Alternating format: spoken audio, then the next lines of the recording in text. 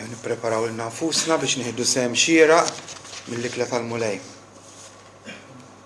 Żewġ affarijiet fil-qosor ħafna. L-ewwel nett, Sidna Ġesu Kristu jaf li aħna dgħajfin. Mhux dejjem ikunu konxi ta' dir-realtà u xi drabi meta kollox għaddej sew għandna ħabta ninsewha dil-verità. Ġieli anke wkoll ma nammettux. Nistħajlu jew nippretendu nagħtu l-impressjoni l xulxin li aħna dejjem għaddejjin tajjeb, dejjem b'saħħitna, mentri fir-realtà aħna dgħajfin. U Ġesu Kristu jaf li aħna dgħajfin. Tifhmunix ħażin, m'aħniex dgħajfin dejjem, m'aħniex dgħajfin f'kollox, però ċertament kien nkunu sinċira jkollna nammettu li kull wieħed waħda minna xi ftit jew wisq min f'ħaġa u min f'oħra dgħajfin. Dik l-ewwel ħaġa.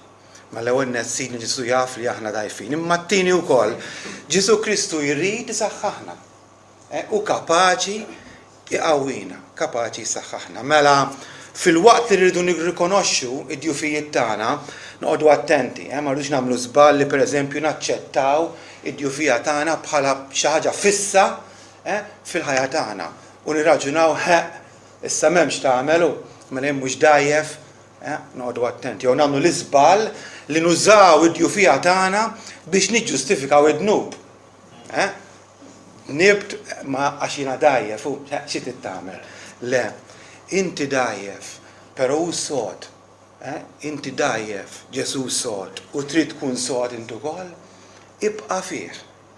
Ibqa' fih. Stampa li tolqotna ħafna, inti dgħajjef. U sod.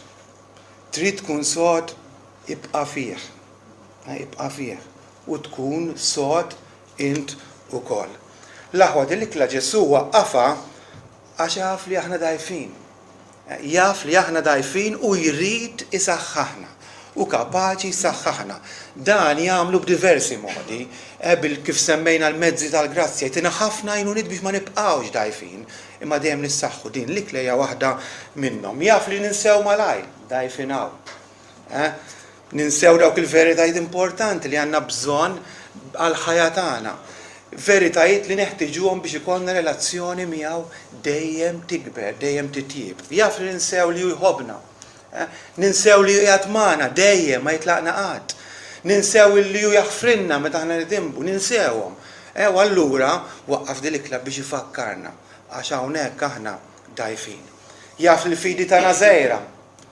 Aħna nies ta' fidi żgħira, dgħajfin fil-fidi. Spiss nemmnu d-dubji tagħna u niddubitaw it-twemmin tagħna.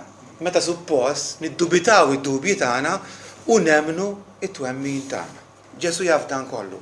Jaf li bosta drabi, meta niġu affaċċjati b'tentazzjonijiet, naqgħu mill-ewwel. Minflok nirreżistu u nvinċu fuqhom, mill-ewwel naqgħu. Għax aħna dgħajfin, jafna. U għalhekk jixtieq isaħħaħna. Jaf da djufijiet kollha tagħna u aktar.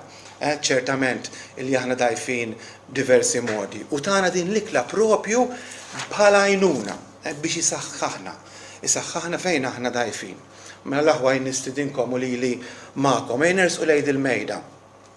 Bħala ġema ta' dawk li huma konxi tad-djufijiet tagħhom, però wkoll bħala ġema xewqana li rridu wkoll nkunu msaħħin, imqawwijin.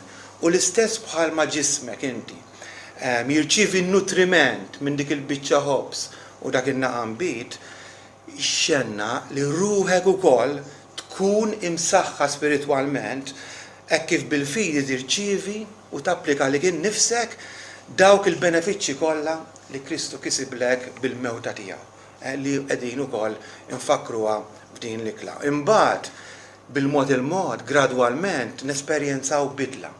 Hemm id-djufija għal saħħa. Bil-mod il-mod nibdew nindunaw li qed nitqawwew, qed nissaħħew, qed nkunu inqas dgħajfin milli konna fil-passat. U jalla naslu li bħal Pawlu l-Apostlu wkoll ngħidu kollox niflaħ nagħmel permezz ta' dak li jiffortifikani, permezz ta' dak li jsaħħaħni. Amen.